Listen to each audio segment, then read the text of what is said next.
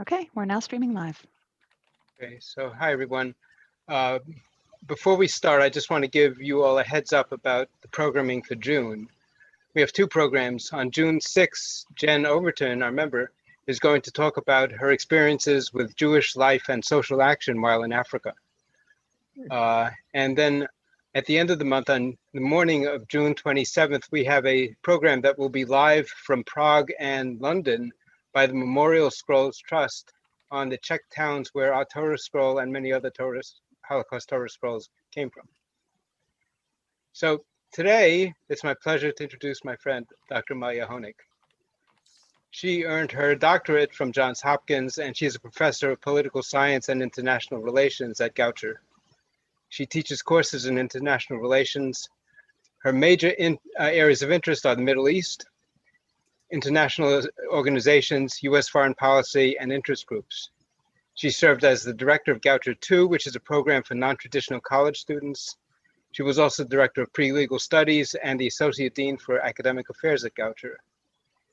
She's been an active member of the Hillel board and is on the board of the Baltimore Jewish Council, where she serves as co-chair of the Israel Committee.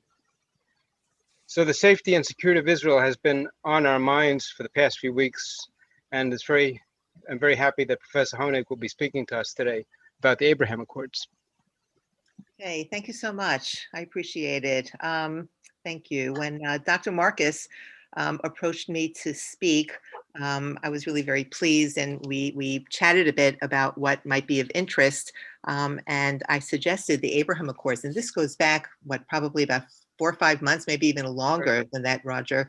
And, things in the Middle East are always volatile, and you can never anticipate what will happen next. And who knew that there was an escalation in hostilities between Hamas and Israel, which may or may not have implications for the Abraham Accords. So I'm going to, that question very much informed my own thinking about the talk for today. And I'm going to get to those questions at the end, but would say from the very outset that, to an important extent, I've been thinking about what the implications are and will be of the recent escalation hostilities for the Abraham Accords.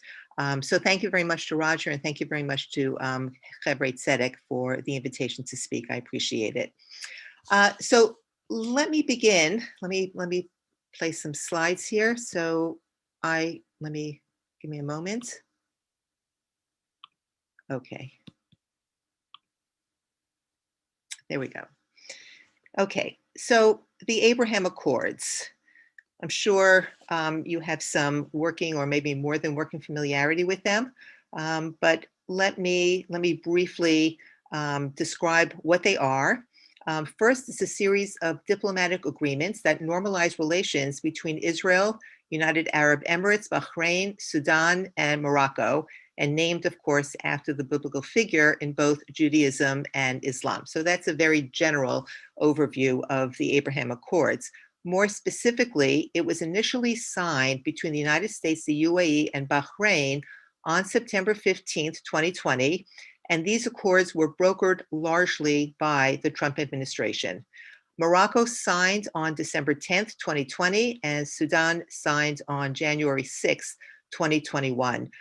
So this is not even 1 year old. It's, can be challenging to have some perspective on what it all means in less than 1 year, but certainly the events of recent weeks, I think, have provided some additional information for reflecting on the Abraham Accords and their impact on the region, why they're so significant. So I wanted to spend just a few minutes looking at the documents themselves, because that's always very revealing. I like to use primary sources, and there are important differences in the documents which already provide some insight into the nature of the Abraham Accords, ways in which they're similar or different among the signatories.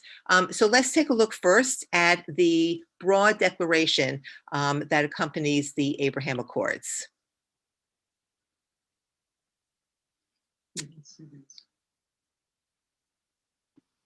Are we meant to be seeing some slides? Oh, you're not, all right, one moment, let me go back. Just give me a moment. I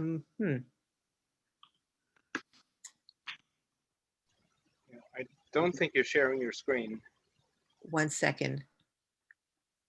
Did you see the earlier slides? No. You did. We've Oh, not seen any slides. You oh, need to share your screen. oh, all right. You know what? I apologize for that. Let me go back for a moment. Oh, okay.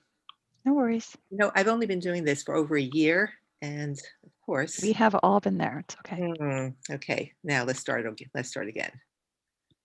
Okay, now do you see this? Yes. Okay, all right. Okay. So this is the overall, the basic declaration of the Abraham Accords. And what's interesting is the language. And if we had time and we could spend time comparing the Abraham Accords to the peace treaties that Israel signed with Egypt in 1979 and with Jordan in 1994, we would see very significant differences in language. But what really stands out in the Abraham Accords is the notion of promoting interfaith and intercultural dialogue. That apparently was language that was very important to the UAE to include. The emphasis on cooperation and dialogue, supporting science, art, and medicine, ending radicalization, a vision of peace, security, and prosperity. There's a very strong emphasis on bilateral cooperation among the signatories, focusing on normalization of relations, which includes promoting bilateral relationships in everything from political exchanges to diplomacy, to science, to medicine, to energy, et cetera, et cetera. So this lays out a broad framework for the Accords. Okay, now we'll look at the first of the 4 agreements, and I would describe it as the centerpiece of the agreements, the Israel-UAE agreement. Okay, does everybody see that? Yes. Okay. All right, we're not going through the entire agreement. I just want to point out several important points. First of all, it is the longest of all the agreements signed by the 4 signatories. The UAE and Israel had quite a bit of time to have some bilateral meetings before the agreement was signed, and they were able to work out more details of the agreement. And you'll see by comparison to the agreements with Bahrain, Sudan, and Morocco that the agreements are much shorter and content-wise also quite a bit different. So I want to point out that there are agreements in 12 different areas, and of those 12 areas, I'd like to point your attention to 2. One has to do with the strategic agenda for the Middle East, and looking at expanding regional diplomatic trade stability and other cooperation. The importance of this is in talking about regional security cooperation, talking about what is sometimes talked about as a regional architecture, what that framework would look like in the region. So that's important. And the other piece that's really noteworthy is, let me go farther down.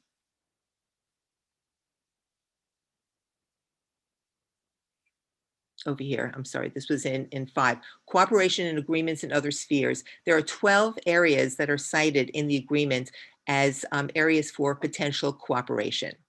Okay, and you could see the range of interest areas that the agreement covers. Let's take a quick look at who signed it. The Minister of Foreign Affairs, Abdullah bin Zayed, signed it, and Prime Minister Netanyahu signed it, witnessed by President Trump. Okay, and significant because not all the agreements have similar signatures. Okay, let's go back and take a look at Israel and Bahrain.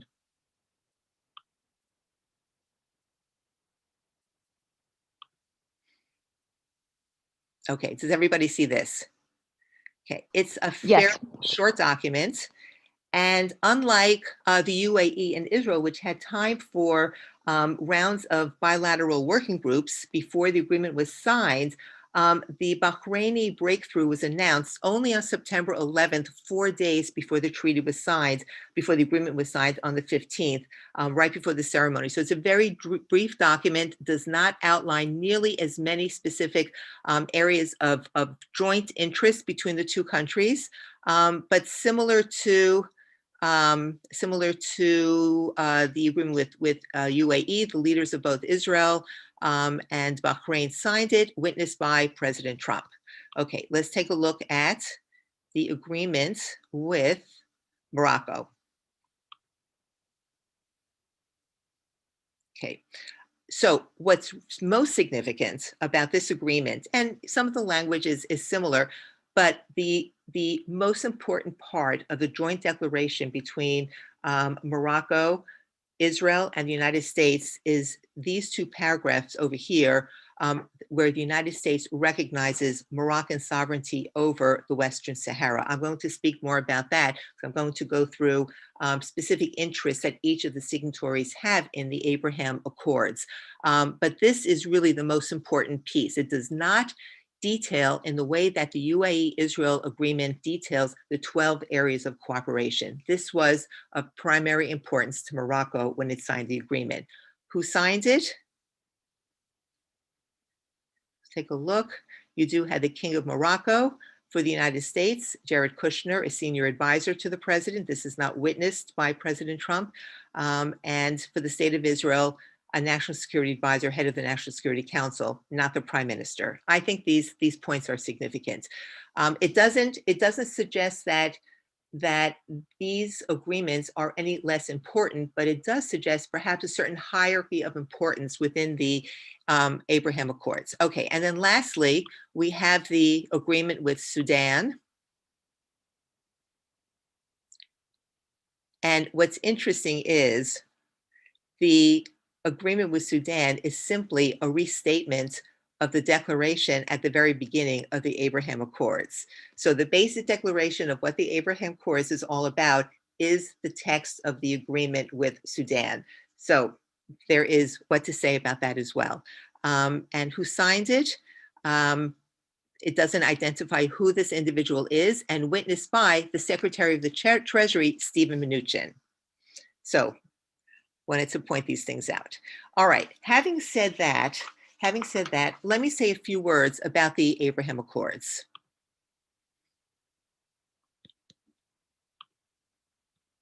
Okay, it has been described by many, both in leadership positions and analysts, those who have participated in the talks, as an historic breakthrough. So why is it historic? Why has that language been used? First of all, it is described as a paradigm shift. What kind of paradigm shift? It is pointing towards the normalization of relations between Israel and the Arab states, which are now separated politically from the Palestinian issue. This creates a different model or a different template for Israel entering into agreements with the Arab countries in the Middle East. Prior to the Abraham Accords, the expectation was and continued to be that these talks would be preconditioned on some kind of agreement between the Israelis and the Palestinians, whether it would be a two-state solution, withdrawing from territory, but treaties and agreements signed with other Arab states would be preconditioned on the conflict between the Israelis and the Palestinians. The fact that the Abraham Accords was not, although there is some language in the Accords about the Palestinians, the Israelis, they were not required to enter into same kind of preconditions that they were in earlier circumstances. So that's a paradigm shift. Number two, a strategic realignment on Middle East powers. This is really interesting when thinking about the geopolitics of the Middle East, that the Gulf states are now emerging as a leading force for the politics of the Middle East. So they're not displacing Egypt, but one can say that perhaps joining Egypt as both individually and more importantly, as a collective, an important political group that can negotiate on their own behalf for issues that are of priority to them. This is something of a strategic alignment in the Middle Eastern powers. So it reshapes the language I used before, the regional architecture, and may in fact unite governments in the region who are uncomfortable with political Islam and encourage them to form an axis against the states who support political Islam, which include Iran, Qatar, and Turkey. So that is another way in which there's a strategic alignment. This is historic. This sets new precedents for the international politics of the Middle East.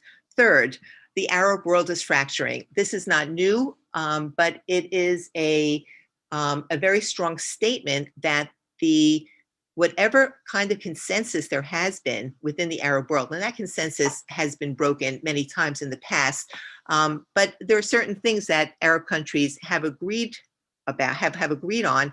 But here's an example where the Arab world is fracturing in a way that the Arab states are choosing their own paths, and I would underscore the second point, prioritizing their own interests.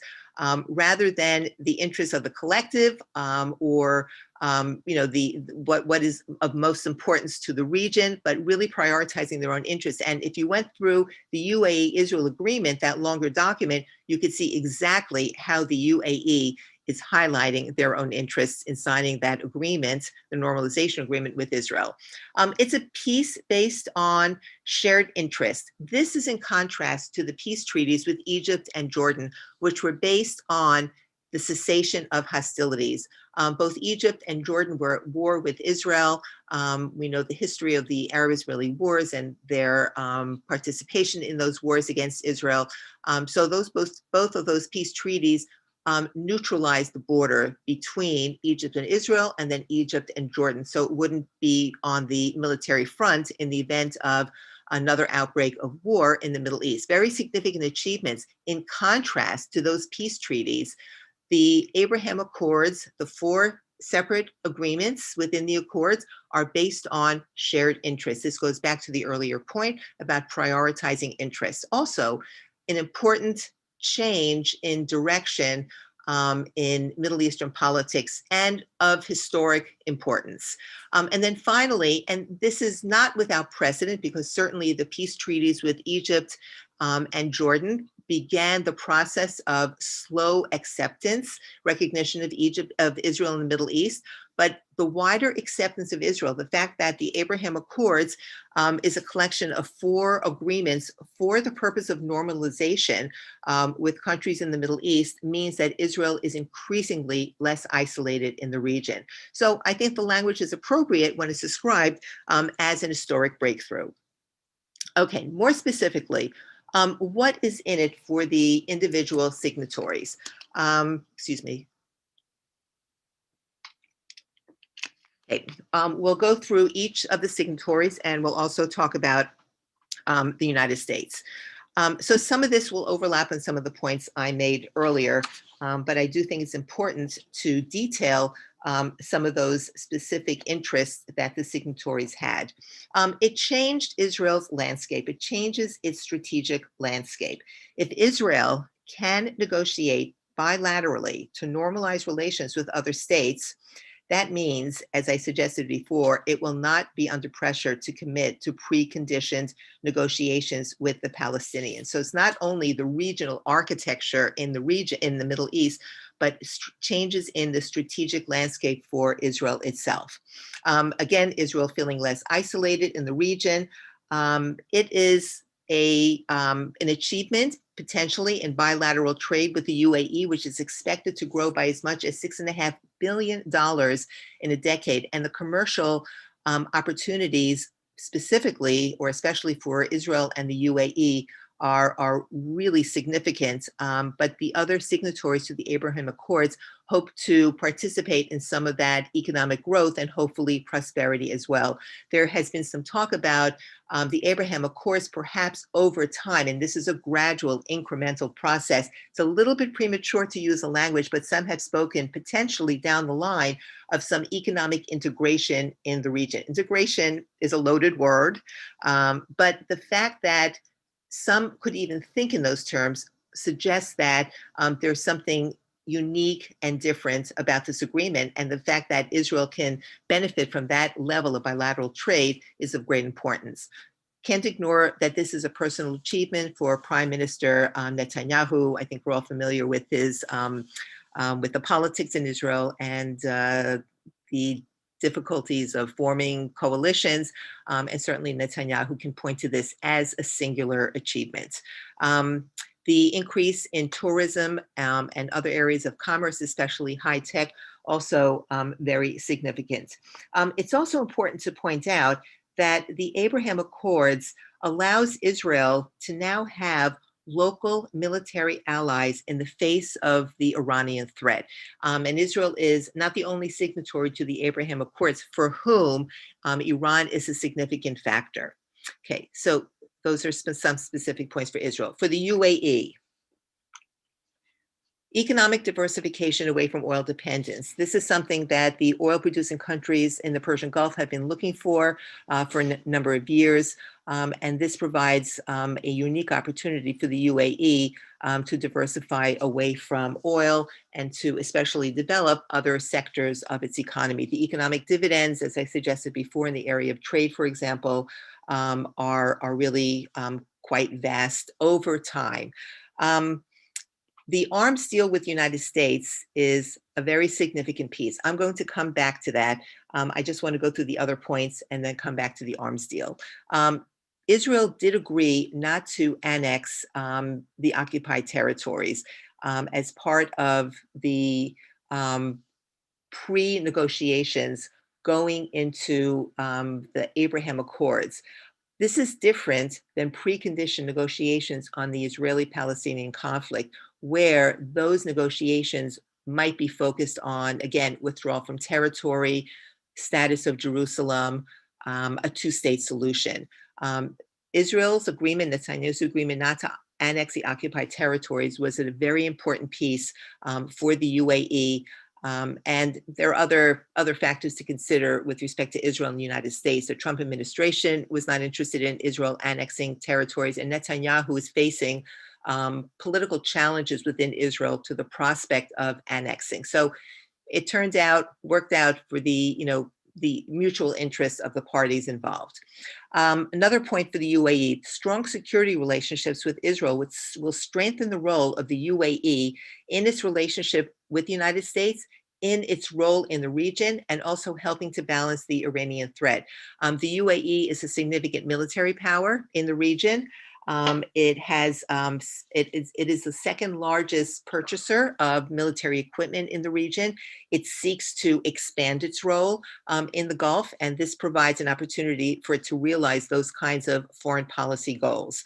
It was also expected, and this is a debatable point, that the UAE could use the Abraham Accords and its relationship with Israel to perhaps help the Palestinians, that they would better position themselves, and Israel would position itself to negotiate with Palestinians as a result of the Abraham Accords.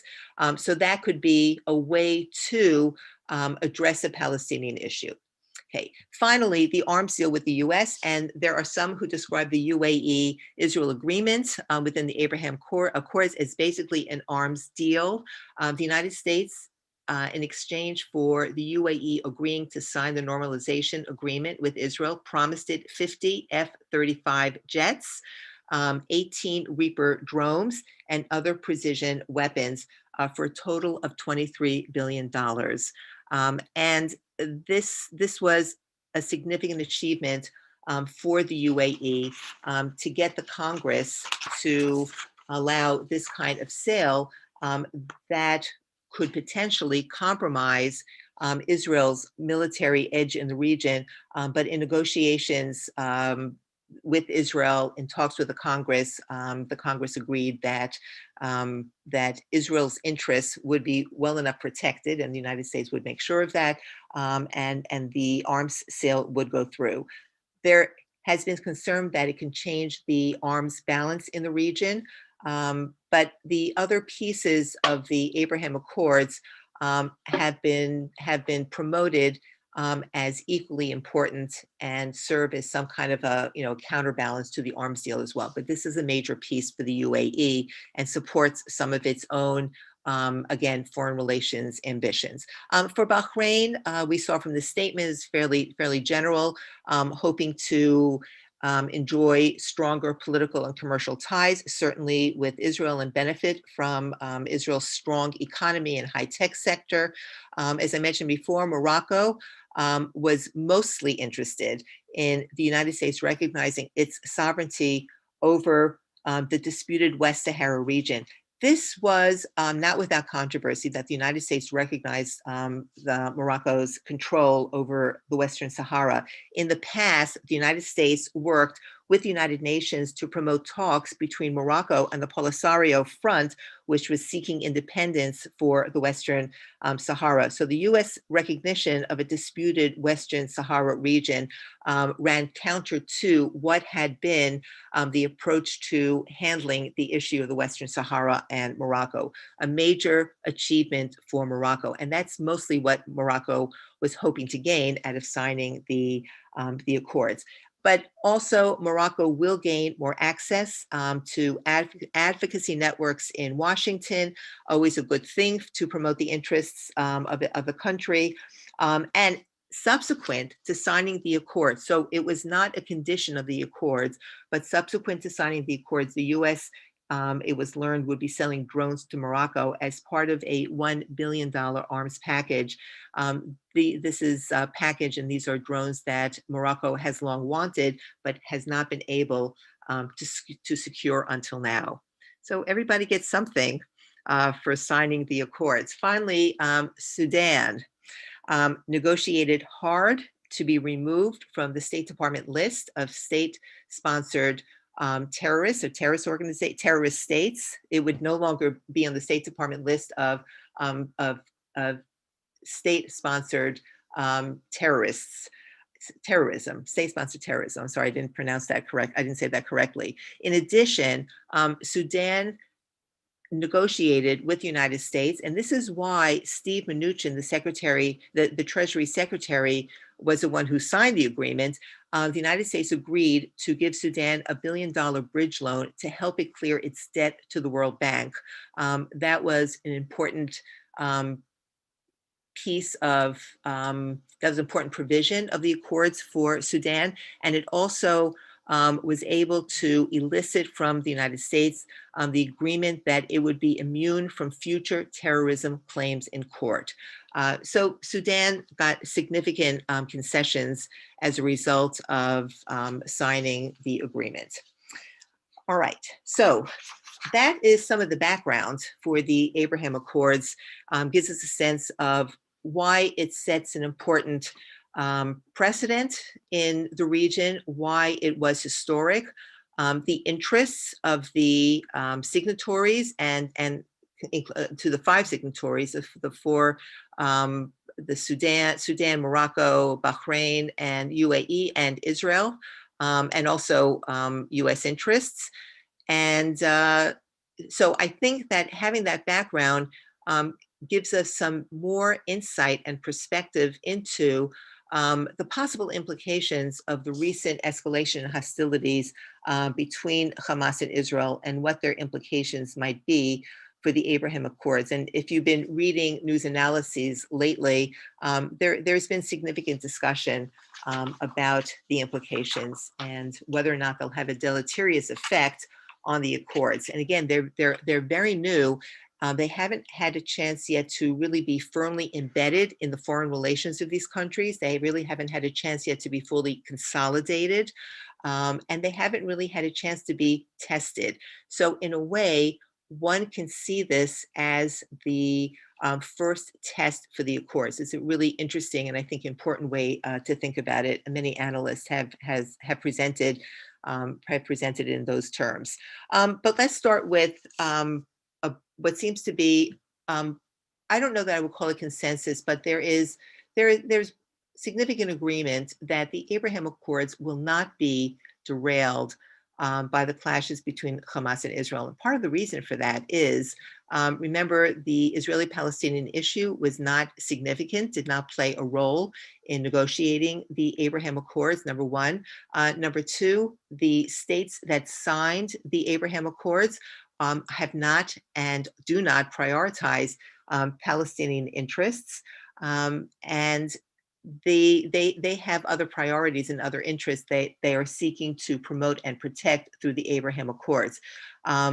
Also, the fact that the fighting took place in Gaza, some people have pointed out, is significant because they have less of a vested interest in what's happening in Gaza than they do, for example, had there been more escalation in Jerusalem. And I think everybody knows that the series of events that led to the clashes between Hamas and Israel did begin in Jerusalem. So there was concern about that.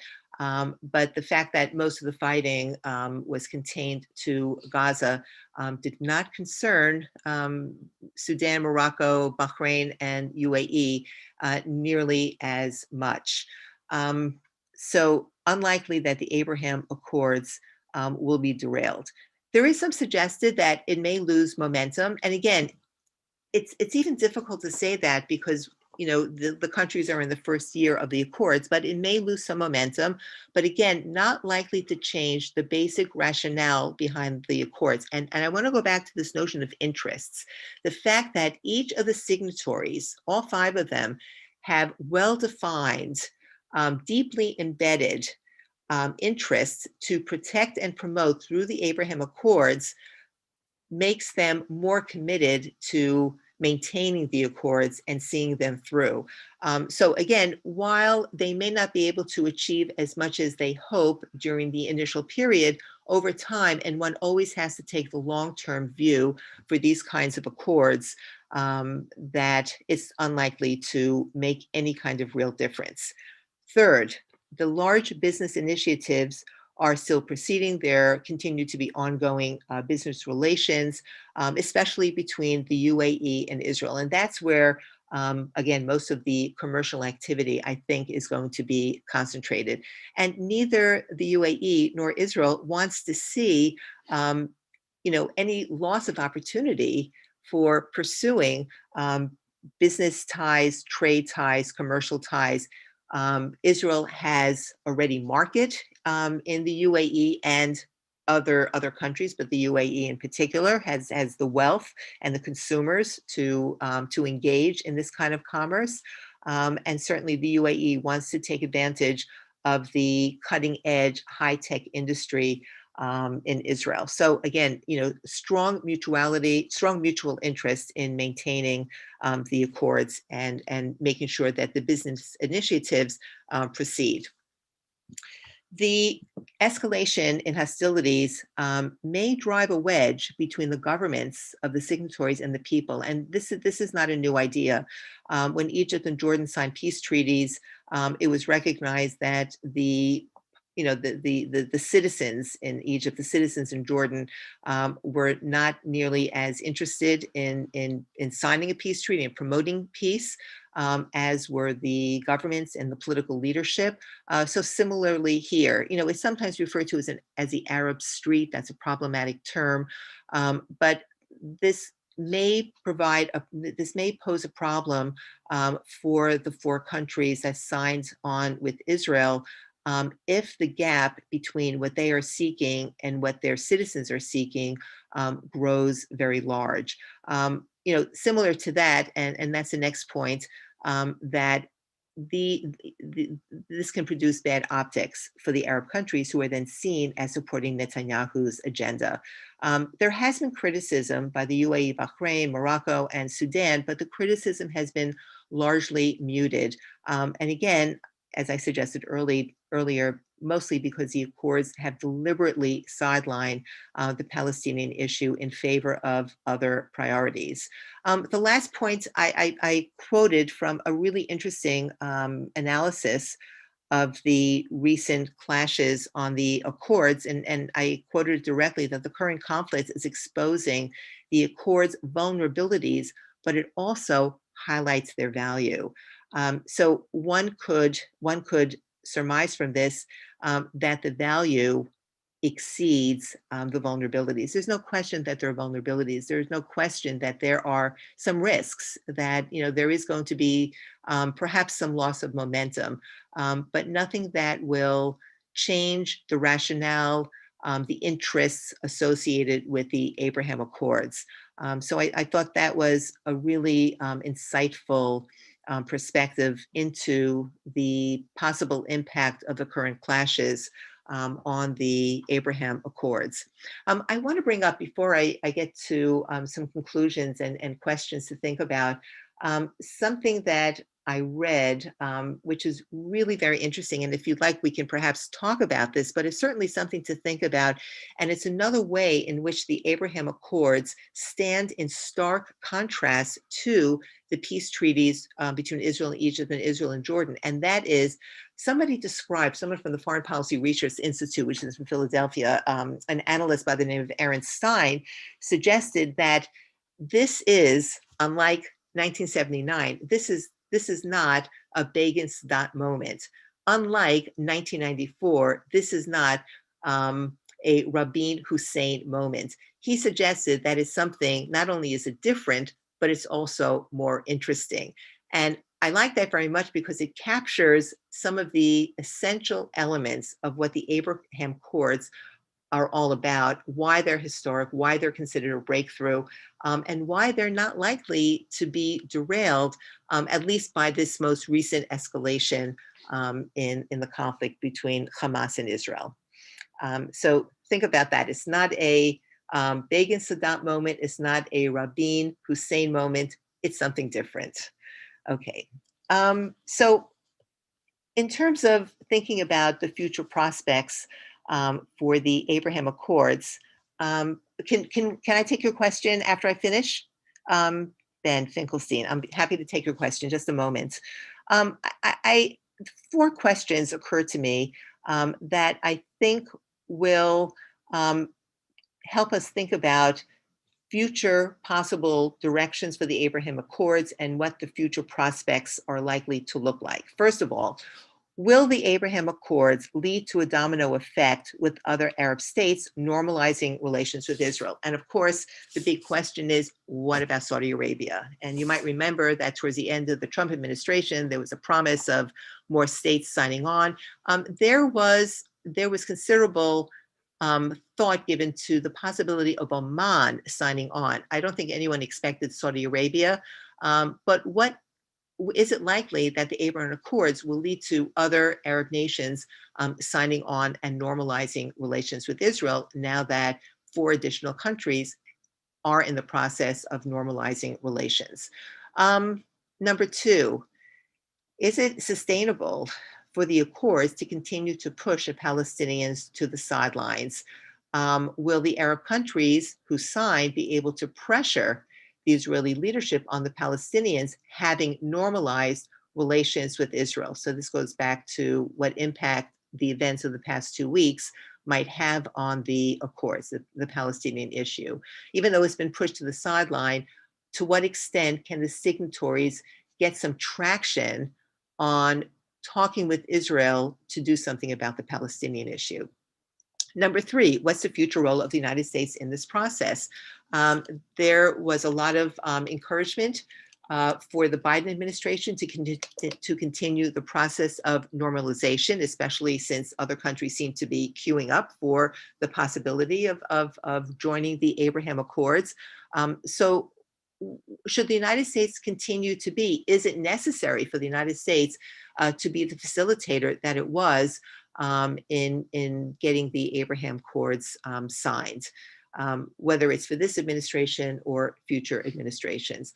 And then finally, what is the pace and what is the scope of normalization likely to look like going forward, both in the short term and in the long term? And of course, that pace and scope will be influenced by myriad factors, not the least of which may in fact be what has happened over the past couple of weeks, but maybe the impact of that will be, because it doesn't derail the Abraham Accords, it will help to consolidate them and make them even more important pieces of the strategic landscape in the Persian Gulf, in Israel, in the broader region. So I'm mostly optimistic. I see a great deal of promise and opportunity in these accords, in large parts because of the way in which they were signed up, and also because of the emphasis on interests. You know, states are going to be guided by their interests, and if their interests are represented and responded to through the accords, that will give the accords that much more legitimacy and promise. So I'm happy to take some questions, and let me stop the screen share. Okay, somebody had a hand up earlier. I think it was Ben Finkelstein. Did you want to ask a question? My question was whether the hostilities in the last 2 weeks aren't really something that strengthens the rationale for the accord, because everybody in the region understands that Iran is the military force behind Hamas, and particularly Palestinian Islamic Jihad, and the Iranians and Hamas and PIJ have all been celebrating that connection in the wake of the ceasefire. So it seems to me that strengthens the strategic part of the rationale. And the other thing that I think is worthy of mention is that you noted that the change of U.S. position on the Western Sahara was one of the elements of Morocco's joining the accord, and the Biden administration says that they are going to adhere to that new policy. Yeah. So right, and there was question what the Congress might decide to do about the arms deal, especially with the UAE. Would they change any part of it? But the Biden administration continues. The Biden administration sees the value of the Abraham Accords. It certainly serves American interests in the region. And continuity is critical to the Abraham Accords. I don't think the Biden administration wants to take steps that might destabilize the Abraham Accords in any way. And I think your point about Iran is very well taken. So not only is the broader rationale for the Accords still a strong working assumption for the Accords, but the fact that Iran clearly is a threat, seen through the recent hostilities, is a very compelling argument, and Iran is a source of concern, especially for the UAE and Bahrain, and if Oman joins the Abraham Accords at some point, for any of those Gulf countries. So yeah, so that serves to strengthen the argument that it's unlikely to be destabilized or de-emphasized in any way. I think those are both good points. Yeah, Roger. Emily, do you think that the Egyptians and the Jordanians might see these accords as a template for increasing their economic activity with Israel, and so that they're not left out of the growing economic progress in the region? That's a really excellent question. Thomas Friedman, the foreign affairs columnist for the New York Times, has been talking for a long time about the opportunities that the Middle East is missing when it comes to globalization, and especially economic interdependence, and specifically economic integration. And by not taking advantage of these opportunities, whether it's through normalization of relations, trying to tap into the potential for growth and more prosperity in the region, the Middle East will be left behind and has been left behind. And that has to do with political reasons and ideological reasons and religious reasons, but it certainly would present a pretty compelling argument, I think, to Egypt and Jordan.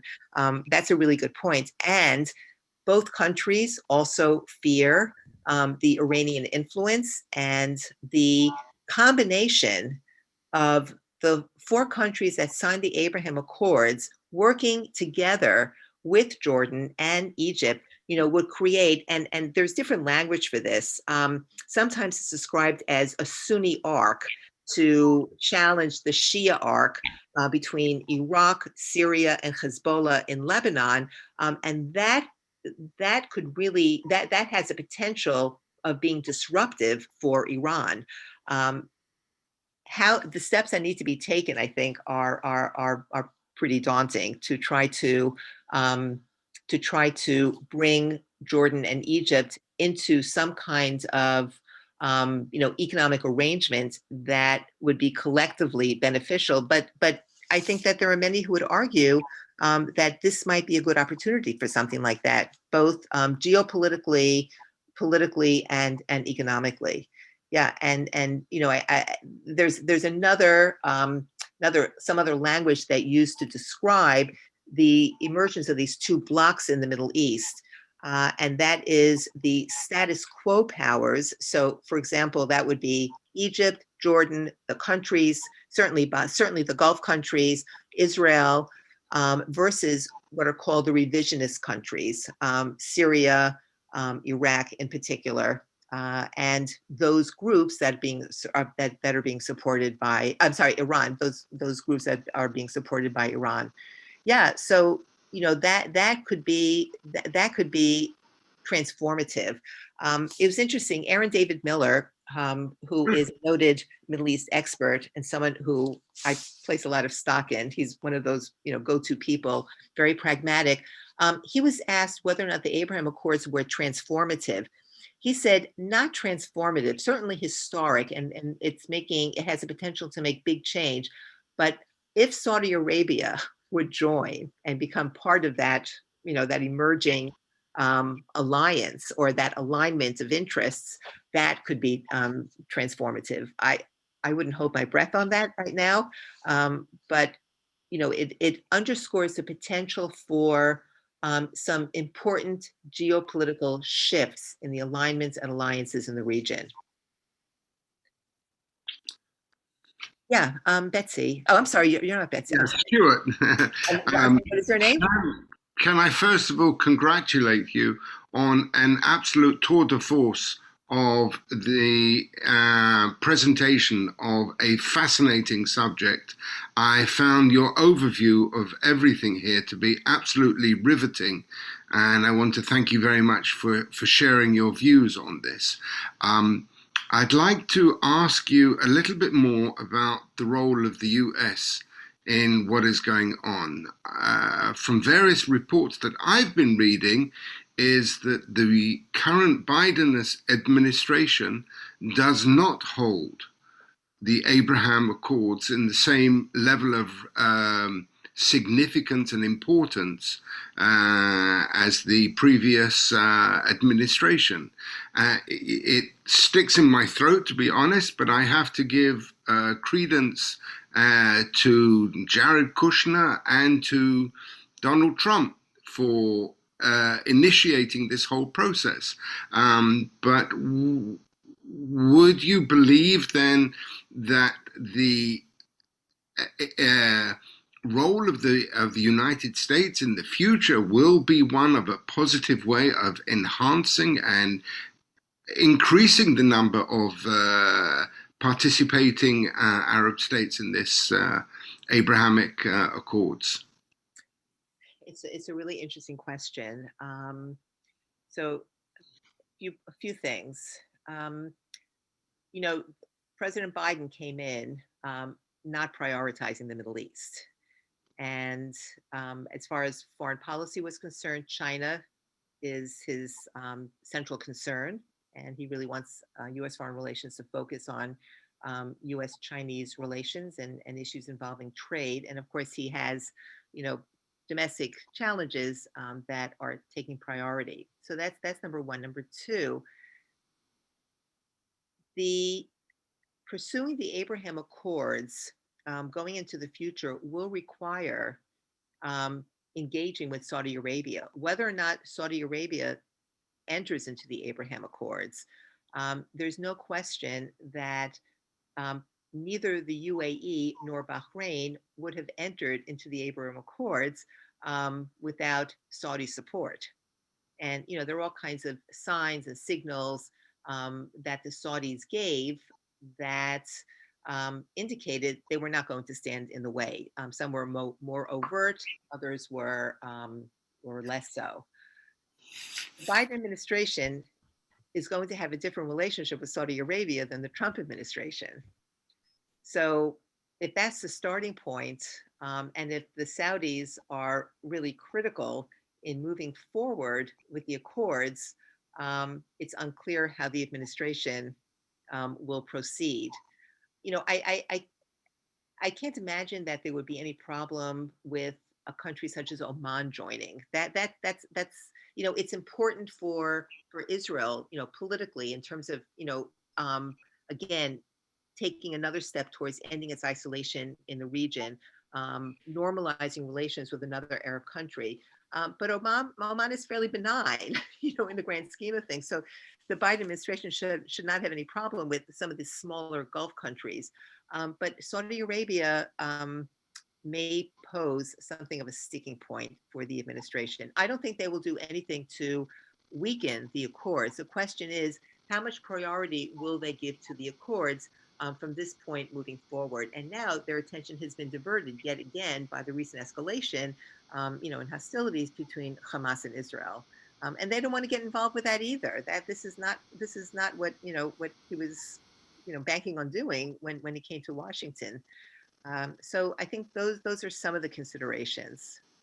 Can I just say, as a follow-up to what you're saying, would it be a correct analysis to say that this was a shining example of a diplomatic breakthrough that was engineered by the Trump administration? The fact that it has not collapsed during the recent Hamas-Israel war, and that it is still alive and thriving, is that not to be considered to the as an accolade to the Trump administration? It's no question that it's a major foreign policy achievement. It's no question. It represents a different tactical and strategic approach to the region, different than the predecessors. But the fact that it is holding up, yes, it's a testament to the achievement. No question about that. I would also point out that you know, both the UAE and Bahrain, especially UAE, had already been cultivating relationships with Israel prior to the Abraham Accords.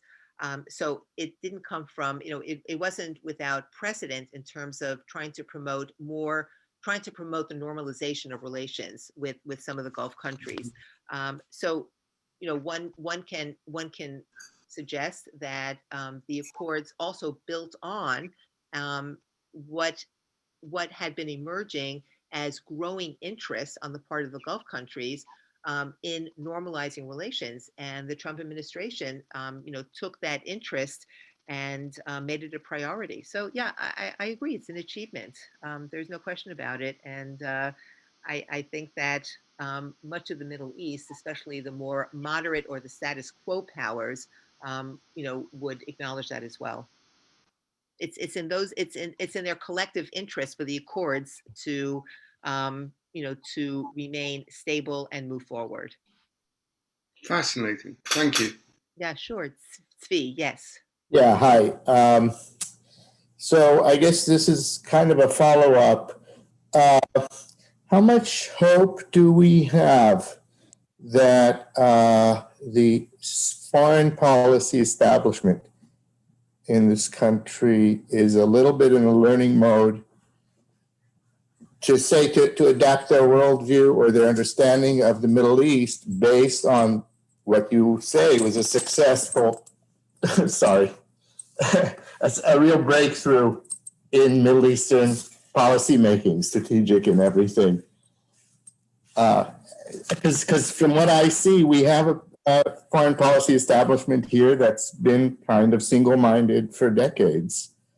And if anything, whenever you highlight something like sidelining the Palestinian issue or saying that highlighting the states looking out for their own interests in making accords with Israel at the expense to some degree of the Palestinians. That's a new way of looking at the Middle East for American foreign policymakers. Mhm. Open to that. That's a really interesting question. So how would you just? Well, I'm gonna come back with a quick question. So how would you describe the mindset or the perspective of the foreign policy establishment in this country in suggesting that are they prepared to make that change, to shift their perspective? I guess recognizing it's hard for all of us to acknowledge the way Stewart was saying that it sticks in the throat to give credit to Trump or Kushner for what they've accomplished.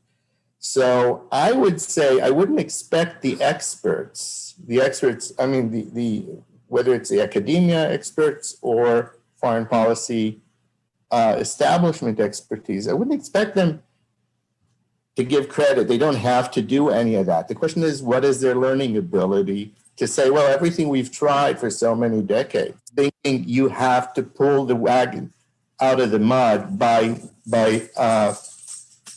having progress on the Palestinian side, which means Israeli concessions more than they've made, and say, well, this is looking at it backwards. Maybe is there any openness to understanding or to accepting that that is maybe a backward or sideways or wrong way of looking at things? It's a really good question. It's an excellent question. As you all know, some of the consensus, the consensus is so strong in this country on Israel, but there's fracturing taking place. So I think it may not depend only on what the establishment, what the foreign policy establishment wants to do, but what is happening in public opinion, in people, the spokespersons for these, for Palestinian interests, for Israeli interests, for American Jewish interests, for the Christian evangelical interests. I think there are a lot of component parts that need to be taken into consideration. I think there was a time when the so-called foreign policy establishment did not have to be as what's the word I'm looking for? Not responsive, but did not have to perhaps listen as carefully to what public opinion is saying. But I think where we are witnessing now some changes, it's hard to know how they will play out. And I'm trying to think it through. I'm not sure if the foreign policy establishment, first of all, is prepared to make that shift, and to look at the Middle East, not in terms of, well, first you have to resolve the Israeli-Palestinian conflict, but there are other approaches to take that along the way can include discussion and negotiations with the Israelis and the Palestinians, or what to do about the Palestinians. Yeah, I mean, talking about a paradigm shift, that's a paradigm shift in American foreign policy. I'm not prepared to say one way or the other. I think that the default position is going to be, we have to resolve the conflict. There has to be a two-state solution. That's the default position, because no one else has come up with anything else. But it's becoming increasingly more complex. And at the same time, the Palestinians see themselves being sidelined, and they want to do what they can to keep themselves relevant. They're finding themselves becoming increasingly less relevant when it comes to the international politics of the region. But it's a really, really good question. If anybody else would like to comment on it. Yes, Erwin. Yeah, taking your last point, I'm certainly no expert on the topic, but I think that the recent launching of many, many missiles from Gaza by Hamas to Israel is their reaction. in part, to the Abrahamic Accords. They want to stay relevant. And the only way for them to stay relevant, unfortunately, is to shoot missiles and target civilians and get in the newspaper and then complain when there is retaliation and some Hamas leaders are killed and some tunnels are destroyed and so forth. So you had brought up the question of whether of the other way, the flip side issue. But I think that not to say that I'm opposed to the Abrahamic Accords, but I think this is a reaction by Hamas to the Abrahamic Accords to try to stay relevant. The other thing I was going to comment on was two other things. One was you mentioned Thomas Friedman, and I read several of his books, and one of the books he said the one thing that struck me was there's never been a war, he said, between two countries, each of which has a McDonald's in it. And so you were talking largely or partially about commerce and finance. And when you have commercial contact with two countries, as Israel has a little bit of with Jordan, and as we now are having with the UAE, for example, it makes it much more difficult and much more costly to have a war because it interrupts this commerce. So I think that's one of the big achievements of the Abrahamic Accord. And finally, you're correct, I think, when you say that this wasn't brand new by the Trump administration, but there had already been some preliminary moves by several countries. I know that, I was in Morocco and was in we went to visit a synagogue, actually an old, no longer in use synagogue in some town. I think it was Marrakesh, but I'm not sure. So a major, about 50 or 60 Israelis come out of the synagogue as we're about to go in. There was tourism already. These were Moroccan Israelis, or descendants of Moroccans who made Aliyah at some point in the 50s, let's say. And when I was in the airport in Rabat on the way home, I happened to be sitting next to a guy from Israel. He had been to Morocco to carry on his business. He couldn't fly from Morocco back to Israel. He had to go through Paris. So we were on the same plane because we were going to the US through Paris. So there's already been a tremendous amount of commerce between Morocco and Israel. And it's very refreshing to me to see commerce with these other countries. It's almost shocking, but the thing is that in the UAE and Dubai and I think Saudi Arabia and I think Oman, they're much more interested in money and commerce than they are in politics. And I think that I'm hopeful that the divide and conquer method will make the Palestinians and Hamas and Gaza so irrelevant that they'll be forced to use the assistance that they get from other Arab countries to do things in their interest, like build hospitals and schools and factories and universities and tourist destinations and beach hotels, instead of spending all their money on missiles and armaments and so forth. Yeah, I see that in the chat. You raise those questions, so thank you for bringing them up with the group. Let me comment on your first point, and there have been some analysts who suggest that the Hamas attacks the missile attacks against Israel is a response to the Abraham Accords. There are others who suggest there's something even more immediate and perhaps more important in the short term to Hamas, and that is an opportunity to demonstrate their influence, their status, their importance among the Palestinians. The PA called off the elections for fear that Hamas would win.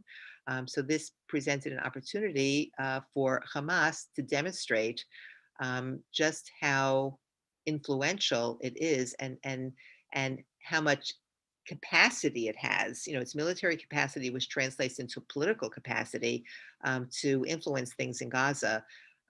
So I'm inclined to think that there were these very immediate precipitating factors that caused this, barrage against Israel of, what is it, 4,000 missiles. It was also in part to keep themselves relevant. Was it a direct response to the Abraham Accords? I'm not saying it had nothing to do with it, but I think perhaps there were more immediate factors. An argument could be made for that, for sure. But the succession of events that happened in Jerusalem, combined with the PA canceling the election, provided an opportunity that Hamas, jumped at and exploited for its own purposes. And as far as your comments about commerce and finances and Thomas Friedman's remark, and I've read that before, that countries that have, that are invested commercially and economically with one another, they're not going to go to war against each other. They've got other interests to protect. So I think that's a very good point. I agree with that. Yes, Alan? Yeah. Before, once upon a time, Western Sahara was Spanish Sahara. And when Franco died, the Spanish promised independence. Instead, Morocco invaded. It was naked aggression. And the UN and the Organization of African Unity insisted on the referendum, which was never held. Presumably, if the Moroccans felt they could win the referendum, they would hold a referendum. So is it like awarding aggression and recognizing aggression and violating the principle of self-determination? And doesn't this hurt U.S. and Israeli relations with the members of the Organization of African Unity? It absolutely does, and it creates I think creates more than ill will. I mean, it causes, I think, those who've been trying to work on behalf of holding this referendum and trying to promote self-determination. The United States, acted in a way that certainly wasn't in the interests of these parties to negotiations. Yeah, and I think that the question, and this happened consistently, in the Trump foreign policy, that actions that the administration took in foreign policy, in many instances, caused a real crisis in faith, in the reliability of the United States as an ally, what can its allies depend on when it comes to relations with the United States. So it certainly damaged, in my opinion, I would agree with what I think you're suggesting.